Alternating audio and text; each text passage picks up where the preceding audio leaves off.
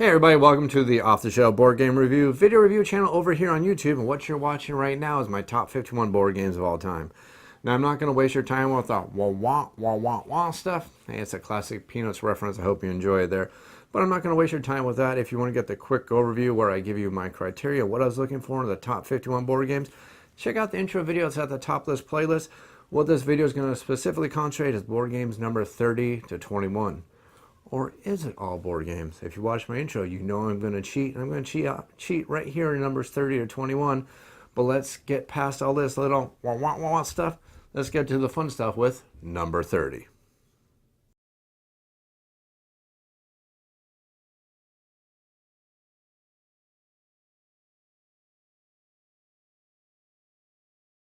Number 30 on the list is Hyperborean, a really strong reminder in this industry that you never, ever get a second chance to make a first impression. Because Hyperborean is a fantastic game that is getting overlooked by a lot of people by one, well, okay, maybe two little mistakes the company made. I'm going to preface it with these mistakes because if you don't understand these mistakes, or if you fell into the trap of these mistakes, you're going to think I'm absolutely insane for adding this game on the list here. But once I explain these two quick things to you, you're going to probably say, hey, you know what? Maybe he's not a total raving lunatic, and maybe he knows what he's talking about. Maybe I should check out Hyperborean. But see, Hyperborean was hampered by two really bad mistakes that you really should never do. But unfortunately, it is what it is, and if you get past these mistakes, you realize just what a tremendously fantastic game this truly is. See, Hyperborean was hampered by a rule book that has actual rules mistakes in the game. If you look at the FAQ for the game, it actually says, see this paragraph in the rule book? Sorry, we kind of made a mistake. Remove that paragraph from the rulebook. And it's actually a rule that makes a huge difference when you play this game. Not only that, this is a game that is never, ever going to reward the kind of players who like to play a game once, put it on the shelf, move on to the next game. Play the next game 1 or 2 times, put it on the shelf, move on to the next game. Because this is a game that's asymmetric. Asymmetric games are punishing and they are brutal to the kinds of players who are not willing to devote some time to learn a game. See, in this game, in Hyperborean, this is a bag building game mixed with, well, we'll call it a war game. It's fair to call this game a war game, but it's also an area control game, and it's a movement game, and it's built on a hex system where you're going to be exploring these hexes based on how you move your units across the board, and you're going to be able to discover extra locations on these boards, and as you move across this board, you're going to learn that there's extra areas. Oops, he should not be there. That's not a ruins. I put these guys out just because they look really cool. But as you explore this board, you're going to find ruins that are protected by ghosts of the past. And every one of these ruins is going to be made up of special rewards that are going to be randomized every single time you play the game. Oh yeah, and this map is going to be randomized every single time you play the game because this is a 6-player board. These are all the extra tiles you can mix up and add to the game and add variety to the game. Yes, that many extra tiles, and you only use that little amount of tiles. And this is a 6-player game. If you want to look in the rule book and see how it looks like for a 2-player game, 3-player game, 4-player, 5-player game, you use even less hexagons. So you have all of this amount of replay from the extra tiles, plus you have these extra centered hex tiles, and the center hex tile is where the most powerful rewards for the game happen to come into. So you have this game that has so much built-in variety, and I haven't even checked in on the fact that this game has a tech tree where players can go after different technologies. And you see this thick deck of cards. It's 4 different tech trees that have different abilities that all make sense. They all kind of blend in together. But I'm jumping way too far ahead of myself because what is Hyperborean? Hyperborean is a cube game that's used a bag. And we've seen this kind of mechanic in Orleans. Basically what it is every single player is going to have a bag in their player color. And they're going to have these cubes in that bag. Well, obviously not that many cubes unless the other players fell asleep at the wheel. But you're going to have a couple of cubes in this bag. You're going to pull out a couple of cubes every single turn. And you're going to use those cubes on your board. And that's going to allow you to take these actions. Various actions such as moving across the board. Cool, I can explore different areas. Attacking different areas on the board. Pretend I flipped that tile over. I know I'm kind of cheating here, but I'm trying to do this very quick for everybody. Advancing yourself on technologies. Learning other technologies. Or heck, even buying new technologies. And advancing your race. And this is just the basic game. Not even looking at the asymmetrical kind of player powers that come with the game. Every single race has 2 potential powers they can pick every time they play the game. And again, that was kind of a thorn for the game, but I'll get back to that in just a second. And then add in the really cool fact that you can play a short game where you only go for a couple of victory conditions, or you can play for a long game where you're going after all the victory conditions to see the ending of the game. And that is one of the awesomest things about Hyperborean. There's so darn much variety in this game. This was not a game meant for people who can play one game, play one time, say, it was an okay experience, toss on the shelf and never play the game. This was a game that was and is designed for people who are going to play the game, master their skill sets, and understand the game, how it plays, and then, and I emphasize, and then move on to the asymmetrical player powers and advance your skill play and enjoy the game. Because all these different player powers, they all played very, very differently, and they all had their strengths, and they all had their weaknesses, and you had to understand the strengths of your race and the weaknesses of your enemies and how to exploit them very, very well. And understand that just the strengths and the weaknesses of your race can be hampered or helped just by how the board is laid out, depending on where these boards are and also where your enemies happen to be. Because again, like I said, all these races play so different. You have the very warlike race whose objective is to go out there and just attack everybody. But they can't just pick on one player. They have to pick on everybody when they play the game. Which means this was a race that is kind of challenging to play in a 6-player game because you have to get all the way over there to purple before you get those extra victory points. But in a 2-player game, they were absolutely brutal. So you had to understand that. So you were ready for how they played. So you had to understand how the races played on multiple different player accounts and how they all relate to each other in this really fantastically, really well-designed game. Like I said, Hyperborean is a very well-designed game. It was marred by a rulebook that had its problems, and yes, there was an FAQ that came out that was 4 pages, not too terrible, but when your FAQ actually tells you to remove rules completely from a rulebook, it guarantees, yeah, I have to say it, it guarantees that everybody played the game wrong. You pulled out the rulebook, read the rulebook, you played the game wrong. There's no other way around it, and it's probably hampered a lot of people's opinions about this game. But this is one of those games that if you play it right, play with people who are willing to experience the game, learn the game, and appreciate all the variety built into the game, and don't jump into asymmetric player powers, just play the basic game, you can appreciate how fantastic Hyperborean is and why Hyperborean deserves to be number 30 on my top 51 board games of all time.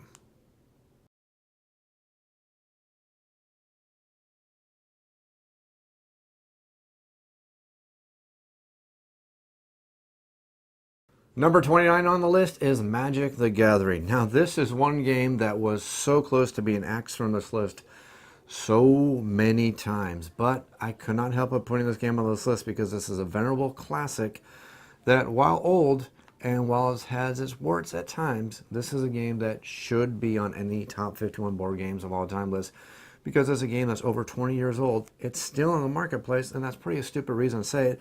But it's actually true because this game is on the marketplace because it's good, not because it's a terrible game. This game is still on the marketplace because it's a really, really good game.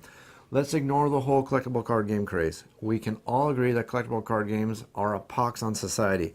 I exaggerate a little bit, but if you're not one of the people who tries to gain financial gain from taking care of the secondary market, if you're not one of those people, you can probably agree with me that the collectible card game market, it's a little bit of a thorn in everybody's side. Let's ignore that for a second. Let's look at Magic the Gathering. Now, why was this game so close to falling off my list? Well, Magic the Gathering is a game that's been around since 1993. And if you don't know what Magic the Gathering is, well, get out from under the rock because I'm going to explain it to you in just a second because that's just how I roll. But let's ignore that for a second. The game has been around since 1993, so this game is over 20 years old. The reason why it barely stayed on my list, even though it deserved to be so high on my list, is because I started playing Magic the Gathering in 1993. I can pull out this box right now, a Black Lotus. I can pull out every one of the boxes. I can pull out dual lands. I did that because I could actually find them. I didn't want to dig through all my boxes.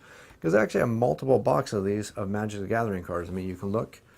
Original Jester's Cap from 1995. Original Jester's Mask. Black border from 1995. Hey! Okay, anyways. The point is, I played the game for a really long time. I played the game for many years, and then I went cold turkey. I stopped buying things. I got completely out of the game because I got sick and tired of the collectible game market. I was like, you know what? I'm not going to keep on buying packs and packs of cards in the hope that I get this one darn card I need, or I'm not going to go spend 20 bucks to one person for one darn card just for the game. So I got out of it. Then I kind of got back into it when they started introducing these fixed sets. Now, basically what these fixed sets were, it was basically allowed them to make a living card game without using the term because Fantasy Flight Games probably would have had a heart attack on them. Basically what it was is you can go buy a pre-made deck, and it wasn't a lousy deck. It was actually a pretty good deck. You can buy one of these decks and buy another deck, get these two decks for about 15 or 20 bucks, sit down with one of your friends and have fun and start playing the game immediately. And that's when I kind of said, hey, you know what? My kids are getting a little bit older. I'm going to kind of get back into the game. And it was during this era where I did that.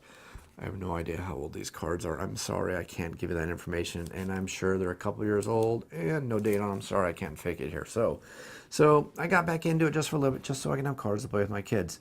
And then I got back out of it again. I've been out of it again for years, and I really didn't want to get back into it. I really only got into it to pick up these decks so I can have cards to play with my kids, because there's no way they're touching a Black Lotus. No way in heck. I love my kids not that much. They're not touching that darn card. So anyways, what is Magic the Gathering? Magic the Gathering, if you've never heard of it, it's a game between two players.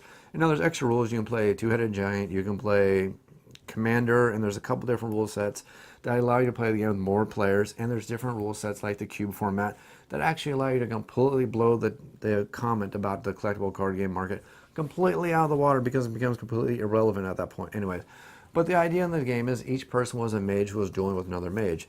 You basically had this deck of cards, you'd have a hand of cards. Your objective is to defeat the other wizard. How do you do that? Every wizard has 20 hit points. First person to die is the loser. Last wizard left standing is the winner. How do you do that? Well, you have lands. You put a land into play, it's going to give you something called mana. You tap it to get mana to bring cards into play, and you use these cards for all the various effects they're going to give you. Basic overview how to play Magic. There are certain things like enchantments which stay around. There's instants. I think they used to be called sorceries and stuff like that, and I think they've changed the terms. That shows you out of touch I am with Magic. So bear with me here while I admit that I'm not up to all the current terms there, but the fact still remains that this is a brilliantly designed game. We can hate on the collectible card game market all we want, and every time somebody rags on the collectible card game market, I like to remind them that Netrunner, the living card game from Fantasy Flight Games, if you want to be current, from square one to current, is over $800. So next time you want to rattle on collectible card games, remember that's the price just for Netrunner. That doesn't include their other games. So let's remember that fact, and let's be a little bit realistic here, especially since we don't have to spend $100 on darn rare to play the game.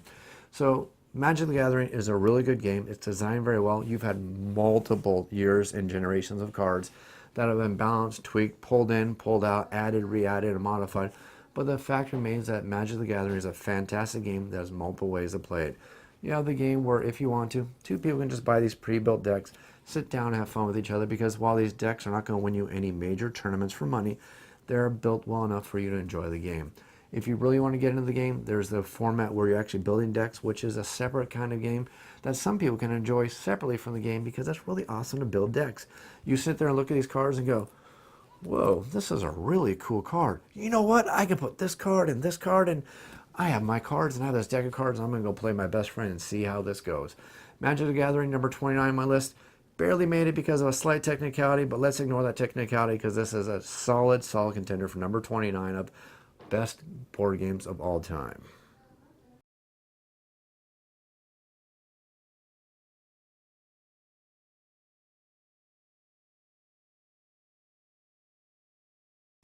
Number 20 on the list is my chance to flex my heavier game muscle. Okay, sorry about that.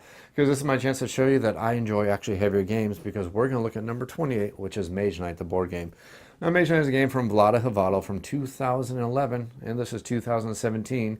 I've had this game ever since it came out. It's been on my shelf the entire time, and it is never, ever disappearing from my collection. Unless, I can't use that term here because I try to keep my show family friendly. So pretend I said something there. Anyways, Mage Knight the game is a game where the players, each player gets to pick one of the Mage Knights, and your objective is to play a game that is a deck building game mixed with an adventuring game where the players are going out there exploring this map, and they're exploring this map and discovering how this map is going to unfold as they go through various scenarios. Now, the players are going to pick the scenario before they start the game. Any of the expansions came with extra scenarios, but the basic scenarios were, just to break them down pretty darn simply, it was either basically a co-op where players were trying to take out a castle, or there was free-for-alls or slight variations in between of each of them. But the basic idea was you had to complete the scenario, and whoever had the most experience at the end of the scenario was the winner. Unless you're playing cooperative, then you always do the high five and say, hey, we beat it, and we're all cool. See, in this game, this was a game that on its surface, when you're first teaching people how to play the game, it looks like an extremely challenging, very in-depth, and very, very hard game to play. And it's really not. In this game, it's a deck building game. In the game you're going to play, you're simply going to play cards. You're going to have your hand of cards, and if you want to do something, and if you have the card, play the card and do the action. It's really that simple. If you want to do an action and you don't have a card to do it, play a card face down, and it's worth 1 point towards attack. 1 point towards exploration, 1 point towards hiring stuff, 1 point, well, you get the point. You basically play a card for what it is, or you play it face down for a lesser effect, but at least you can still do something. But the idea about the game is you had certain scenarios you're trying to complete, and you have these bad guys, and no, these dragons do not come with the game. I add it in because, heck, I have a lot of fun with the game, and I like to bling it out because I enjoy it. And these dragons are a heck of a lot cooler than these little cardboard tokens that you're supposed to place down on the board. I think you have to agree, that looks a heck of a lot better than that. Anyways, ignoring the segue, the game was absolutely, and still is absolutely fantastic, because the game is going to play different every single time you play the game, because you're going to randomize the map every time you play the game. Your hand of cards is going to come out differently every single time you play the game. The monsters and the bad guys are going to be different, how they come out every time you play the game, because different dragons will come out, different orc marauders will come out. There's dungeons you're going to go ahead and explore that's going to have different guardians inside those dungeons. You can have options to go visit monasteries and be an upstanding citizen that says, "Hi, monastery people, I'm here to help." Or, "You know what, monastery people, I'm a horrible human being. Burn!" That's Mage Knight, the game. Anyways, Mage Knight, number 28 on my list. Absolutely brilliant, absolutely fantastic game that's going to cement its position in my top 51 board games of all time. This game's never dropping off my list.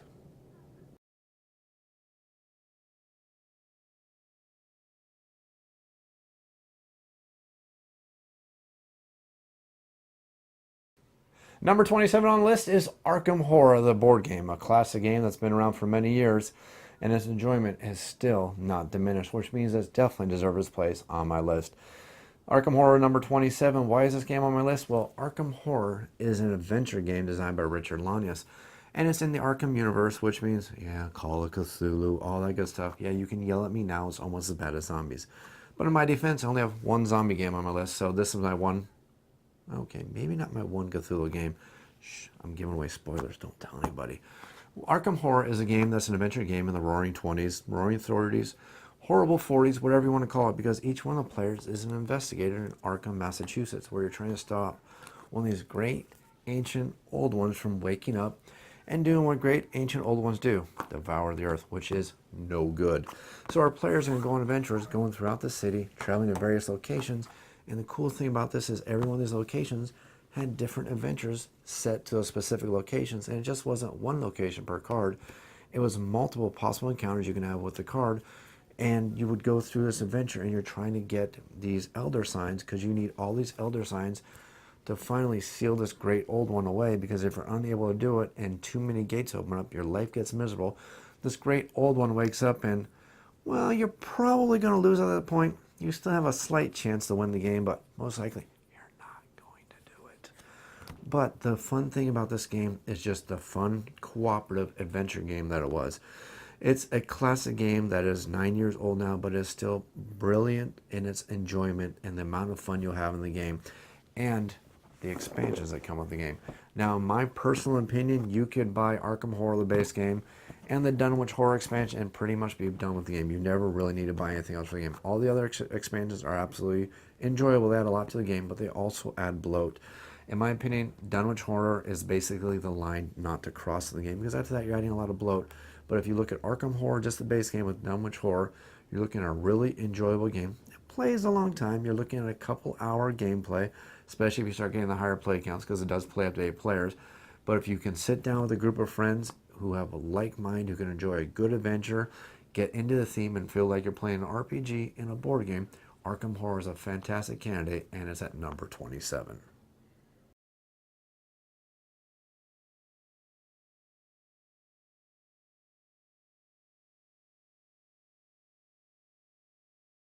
Number 26 on my list is... no, I would not do that to you.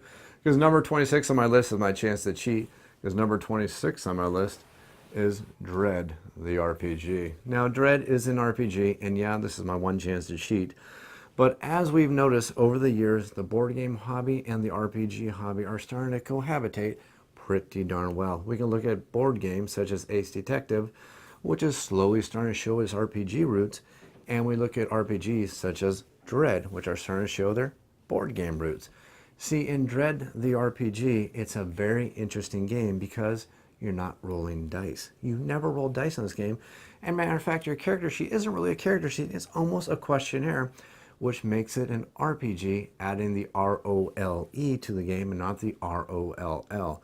Because in Dread the game is a horror-based game. It's pretty much a one-shot style game, but the way the game is going to play, you have a player who is the GM. If you're not familiar with the term, that means Game Master. They're the ones who run the game and call the shots and kind of expand on the story that the players are going to interact with. Now the GM in this case is going to give all the players a questionnaire, and they fill out the questionnaire to describe how their character is. No statistics, no strange 20-sided dice, no percentile dice, or weird dice you need to learn. You're simply going to fill out your questionnaire that explains how your character is, how they act, why do they like that. You kind of answer questions like, why did you skip school a lot? Why did you give up on alcohol? All these things go ahead and fill out to make your character. And then you're going to have a little bit of a horror adventure. And yes, it is a horror game, and that may be a positive and it may be a negative for some, but the horror fits with the Tower of Dread. See, in Dread, like I said, you don't roll any dice at all. If you want to do an action, the GM simply says, that's going to cost you 1 pull from the tower. Or for a really tough task, let's go ahead and make it 2 pulls, and you must use your dexterity while you're experiencing a very horrific and sometimes terrible theme, so you get a little bit shaky because it's a little bit of the theme of the game is getting to. But you also have the stress and the tension of trying to build this tower. Because if at any time you knock over the tower, your character is going to die. That is Dread the game, and that is the excellent mechanics of Dread the game. It's a very interesting game that crossbreeds an RPG with a board game to create a very, very interesting game that's not quite RPG. And it's a game I absolutely recommend to anybody who wants to experience RPGs. Whether you're afraid of them or you just want to dip your toe in the water, I recommend Dread the RPG. Now, one little note I have to give about the game is very hard to find the actual paper version. That's why you'll probably have to do what I did. Go over to drivethrurpg.com and pick up Dread. The really awesome thing about it is I got my copy for $5, and I still think the price hovers from anywhere from $5 to $10. If you can get a couple hours of gameplay and fun out of $10, you have won the lottery. That's Dread, the RPG.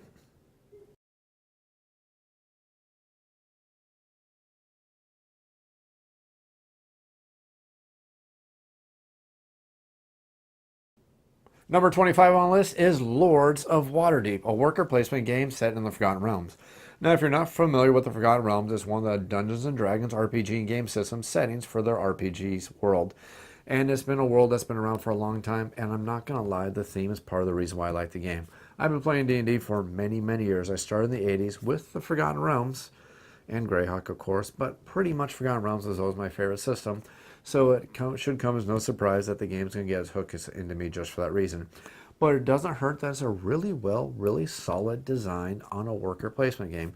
And it's your typical worker placement game where every single one of the players is going to represent one of the Lords of Waterdeep. Of course, it's secret which one of these lords are, because that's going to give you extra victory points at the end of the game. You're not going to tell anybody which one of the lords you are. And as one of the lords, you're going to send your agents out to various different locations in Waterdeep to go ahead and gain resources, like you would do in your typical worker placement game. And like all worker placement games, it's first come, first serve. If I take this spot, too bad for yellow, they can't have it. They better find another spot to go ahead and do and gain some resources. Now, the resources you're trying to gain in this game are cubes, if you have the basic game. But if you want to spend a little bit of money, and I highly recommend you do, instead of using the cubes, you go out there and you buy either the D&D pools, or you can buy the plastic versions, which are a little bit less expensive, and that's why I picked them up.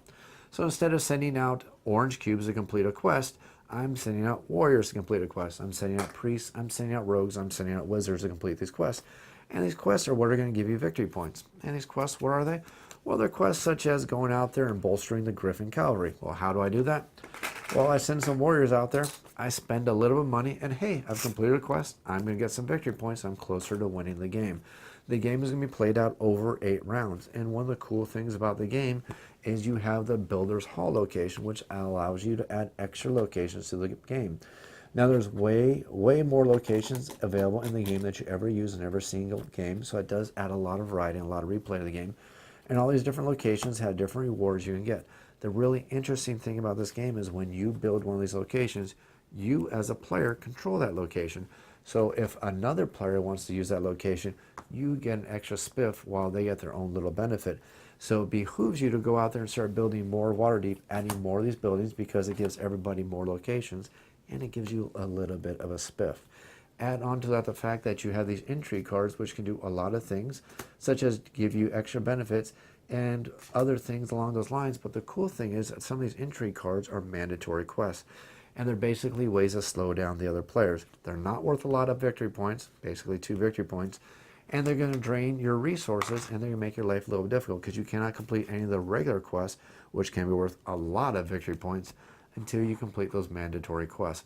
So it's a worker placement game that has a little bit of a bite because it offers a little bit more interaction, allows players to develop the board while they're playing. It has a really cool theme, and it has a lot of variety and a very nice secretive scoring mechanic, because whichever lord you happen to be at the end of the game is going to score you extra victory points based on whatever quest you manage to complete. That's Lords of Waterdeep, number 25 on my list.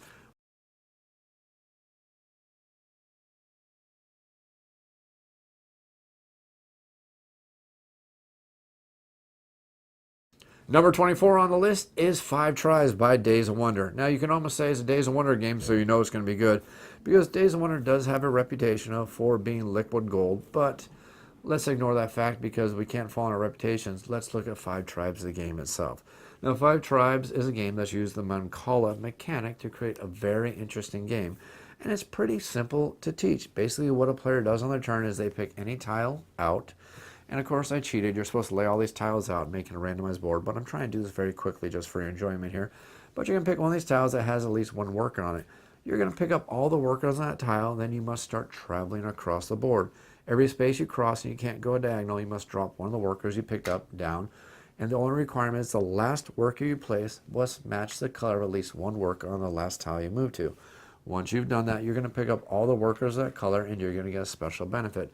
And that special benefit is based on whatever the last color of workers you picked up.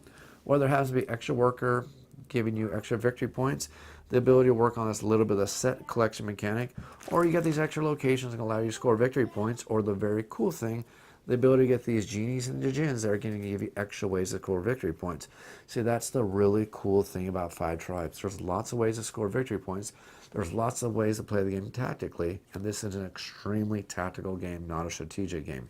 Because this is one of those games where you have to almost wait for your turn to come around before you can take your turn, because the game is constantly evolving. For example, I as a player, if I took this move right here, and the next player in line was like, no, that was my move.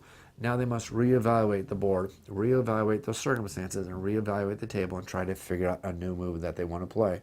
And while it could still be a valid move, it may not be the move that they wanted to be. It may not be as powerful as the move they wanted to be. Or who knows, maybe they saw a better move that they didn't see before. So the game can create a little bit of analysis paralysis, but the game is absolutely brilliantly designed and plays fantastically all the way from 2 to 4 players, which isn't something you can say about a lot of board games. Some board games say, yeah, you play 2 to 4 player games, but it's really a 2-player game, or vice versa.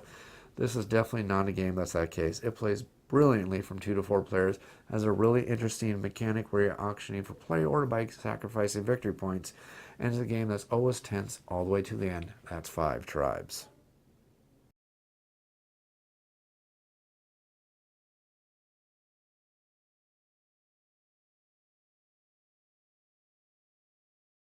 Number 23 on the list is Legendary Encounters, specifically Legend Encounters, the alien deck building game. Now, this is one of the most thematic games ever by taking a certain movie property license and turning it into a board game. Now, I know that the board game industry has tried multiple times to create board games based on intellectual properties. And while they've seen various degrees of success, I mean, you can look at the Teenage Mutant Ninja Turtles game, which is actually pretty darn decent. But you can also look at games such as, I don't know, Ghostbusters. Well, let's not ruin this video by talking about a whole bunch of horrible properties that turn into board games, because they all seem to rhyme with Trivial Pursuit and Monopoly. But hey, that's besides the point. What Legendary Encounters, the alien deck building game, has done is it's taken the Legendary game system, which in its right is actually a pretty decent system. It's not super great, it's not super bad, it's a pretty decent game system, and it uses the Marvel universe, so you have all these Marvel characters. What they've done is they've taken that mechanic and married it with a brilliant amount of theme, because what they've done is they married it with the Alien franchise, and they've made it so you can play through all 4 of the Alien movies. Now you can mix up if you want. If you want to just do a game where you just have a little bit of variety and say, hey, let's just take these characters, let's take these aliens, let's see if we can go and survive. But the absolute fun of the game is playing through all the alien movies. Now, I'll be brutally honest with you here. The very first movie would have been really boring as a game if you had one alien to fight through and one card. So let's just ignore the fact that the very first movie, you have to take some liberties when you play the game. Looking at all the other movies, though, this game does a brilliant job of emulating all the other movies. And the way I like to describe the first movie, if you really want to complain about the fact that you're fighting lots of aliens, which doesn't match the first movie, I like to pretty much say you're pretty much fighting the same alien over and over again, but overall just keeps escaping from you until you manage to defeat, or hopefully defeat, the final Queen Mother. But in the idea for Legendary Encounters, the game, every single player's turn, at the start of the turn, the first thing they're going to do is reveal, or do they? Because they don't. They don't reveal the top card of the alien deck. What they're going to do is they're going to add to this row, and every single turn, this row is going to keep advancing. Now here's the trick. Players don't know what these cards are. They could be good. No, really they could. Most likely they're not. And the real trick is if these cards manage to come all the way into the combat zone, you're going to get horrible events that are going to occur based on every single one of the movies and based on different scenarios. And these events will start piling up. But the real scary thing is the fact that you're going to start encountering aliens and different events from the movie. And our heroes, by buying cards, it is a deck building game, by buying cards that are based on various characters from the movies, they're going to use these characters to do their best to get through these scenarios. And the really cool thing is this is a very scripted game. Now don't run away screaming and going, oh my god, scripted, it can't be that good. Because while it is scripted, it's scripted in a very fantastic way. Because every time you play the game, you're going to pick 3 decks of cards based on whatever movie you want to play, and you're going to put these decks of cards together and you're going to shuffle them in a certain order. So you can take, let's say you're playing the second movie, you're going to take all the deck 1 cards from the second movie and you're going to shuffle them. Take all the deck 2 cards and shuffle them. Take all the deck 3 cards and shuffle them separately. Then you can put the deck 2 cards on top of deck 3, deck 1 cards on top of deck 2, and that makes sure you have a thematic evolution of the gaming system, and you're going to basically feel like you're going through the events of the movie. And of course, your final objective, like I said, is to go ahead and defeat the Queen, maybe, or whatever the objective happens to be based on where the movies you want to play. But this game does a really great job of emulating the movies. It's a really fantastic evolution of the Legendary system. It's the best of the Legendary Encounter games, I think. And yeah, I'm biased because I really enjoy the alien movies. But the really awesome thing is they did come out with an expansion for this year, which adds even more, adds more movies. Well, they're not really movies, they're basically based on books. But there's more scenarios for you to play through, more characters, and even more for the game. And now, if you really want to, one of the players can now play the alien because the is back. You know what I want to say, but again, I'm trying to keep this family friendly because in the grand scheme of things, we can all just say, game over, man, because this is number 23, Alien, the Legendary Deck Building Game.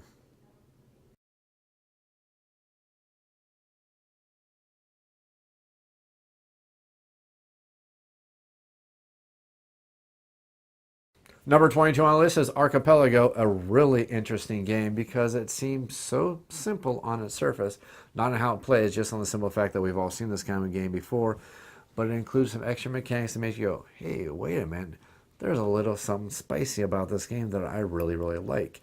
See, what Archipelago is it's your standard game where players are trying to grab resources, and they're trying to grab these resources because, you know, we all want to get victory points because, hey, victory points allow us to win the game. Here's the really cool thing about the game. The way the game is going to be played is players are going to have goals which they're trying to achieve. Whoever gets the most of certain goals gains the victory points. The real trick about the game is the players are going to be exploring the game, and we're going to explore the map, and we're going to develop the map as we play the game.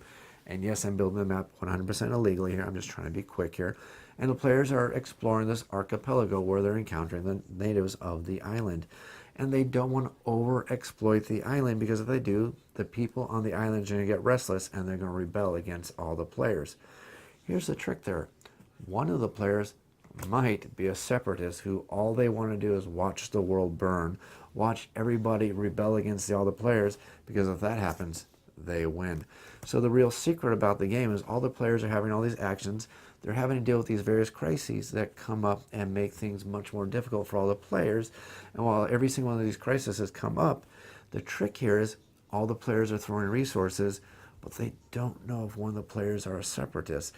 So somebody may be helping, or maybe they're not helping that much, because nobody knows what everybody else's resources are, because we keep them behind a shield. And somebody say, oh man, I really want to help with this crisis. I want to help so bad, but I don't have the resources. Oops, I lied on the separatist, because at the end of the game, if you as a separatist can cause a rebellion, you and you alone win the game no matter what. So this game has a very interesting back and forth and a very interesting feel to it, because all the players are playing your typical game where we're going around and gathering all those resources. But as you're playing, you're watching all the other players very carefully and saying, wait, what do you mean you don't have pineapple to help us? I know you have. You're the separatist, and that's how you play the game, and that's why it's so enjoyable and so fun. Because then you argue back and forth and said, "I'm not the separatist. I need that pineapple because it's one of my scoring requirements." And oh man, and you just gave away your scoring requirements. So that's kind of the fun thing about the game. And another really cool thing about the game is you can play to a certain amount of game length that you really want. There's a short game, the medium game, and a long game. And I'll be honest with you, the short game really isn't that good in my opinion. Not because it's a bad game, simply because the game ends far, far too quick in my opinion. I think the best way to play it is the medium game and the long game, because that way you get to develop your strategies, have lots of fun, and just see how well this game is. I think Archipelago is absolutely fantastic, just because we take mechanics that we've all seen before, and then they add in those extra mechanics and just a little bit of deception, a little bit of distrust, which makes for an absolutely enjoyable game. That's Archipelago, number 22 on my list.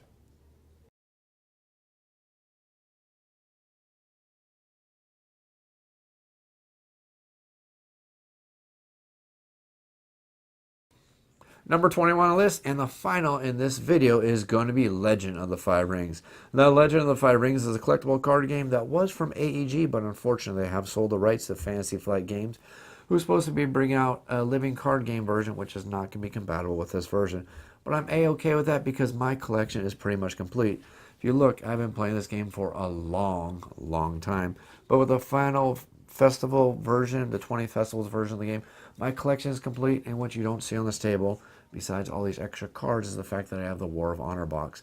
So for me, I've finished the game. I've basically turned it into a living card game, and not to bore you to tears with all the details, I've basically made up decks for every one of the clans.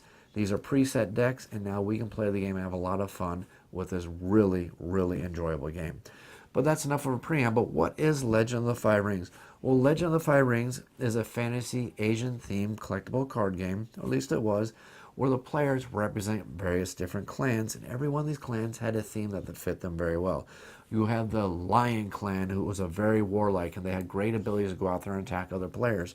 While on the opposite end of the spectrum, you had the Crane Clan, which was very astute and very great at manipulating the Imperial favor.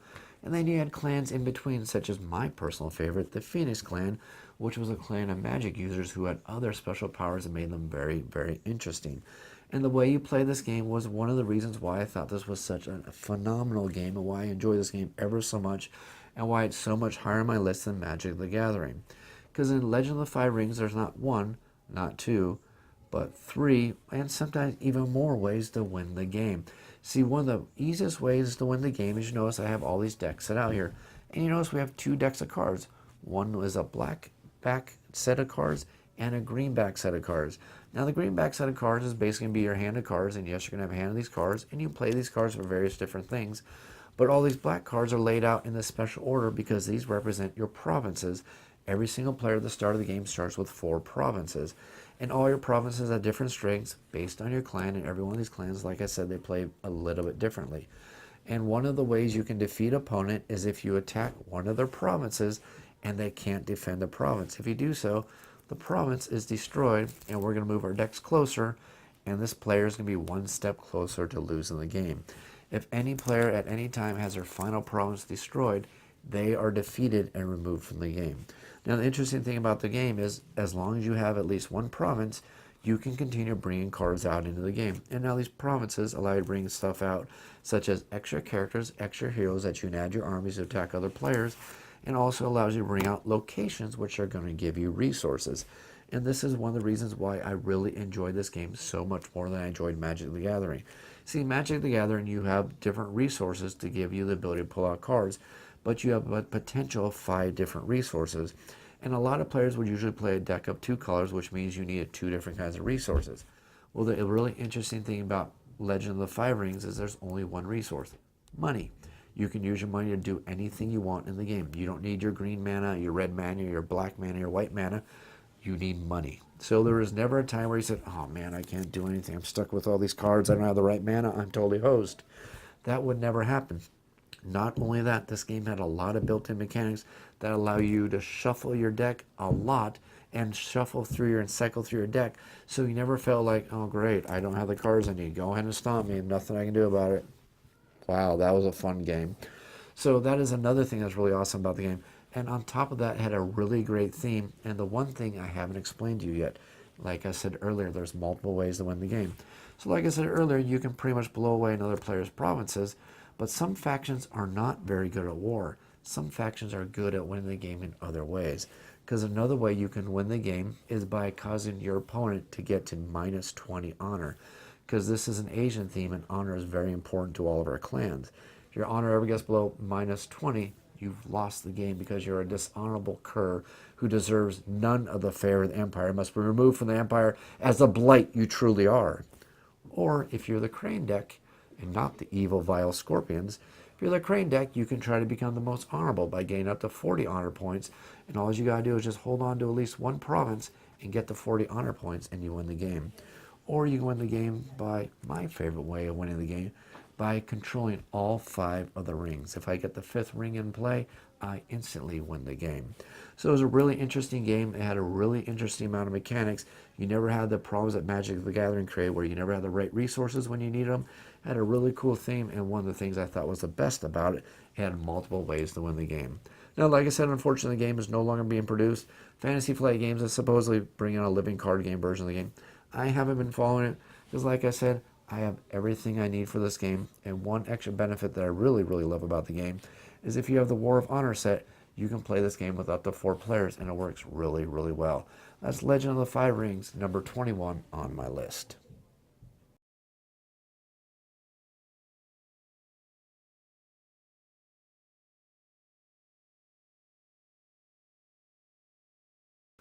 I hope you enjoyed this section of the top 51 board games of all time, number 30 to 21. Stay tuned for number 20 to 11, where I think you're going to see a lot of very interesting surprises, and you're also going to start seeing the game starting increasing a lot in complexity. This list was very interesting for me to make. It was very cool, and I'm going to cover this a lot more when I do my final wrap-up at the end. If you didn't watch the introduction, I just want to let you know that at the end, after I put up all these videos, I'm going to show you both my sons, their top 10 games. And then I'm going to do kind of a retrospective and kind of go over this list and discuss it a little bit because I found some really interesting things. One of the really interesting things I found about this list is titles 41 to 51. There was a lot of back and forth on a lot of those ones on the list. And the list part numbers 1 through number 10 had a lot of back and forth. Matter of fact, I'm at the point right now where I haven't recorded number 1 to 10 yet. And I'm still waffling number 1 and number 2. But I'm pretty much going to hammer down and make sure I pick number 1 and 2. And I'm just what I'm going to pick.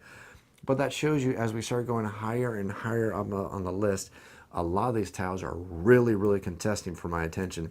Matter of fact, to give you an idea of how it is, number 1 through 10 was the most difficult for me to put down. While numbers 21 through 40 really wasn't that hard for me to decide what games would be on the list in that section. So now as we get to those next 2 videos, you're going to see a lot of games, a lot of interesting variety, and a lot of really deep strategic games. If you have any comments or questions, make sure you leave them down in the YouTube comments down below. I'll be sure to answer them as quickly as I can. You can also feel free to email me at offtheshelfboardgamereviews. That's otsbgr@gmail.com. If you enjoy the channel and you enjoy the content, remember this channel is 100% sponsor free. Everything you see is personally paid for out of my own pocket. So if you want to help support the channel, head on over to Patreon and toss $1 over in the tip jar. Heck, if I've given you something that you've enjoyed, given you a tip, or you just enjoyed some of the prior videos, think about throwing $1 over in the tip jar. Your tip could be greatly, greatly appreciated. It can help bring out more content and better content for the channel. If you enjoy this video, if you enjoy this video series, click that like button, click that subscribe button. As always, thanks for watching.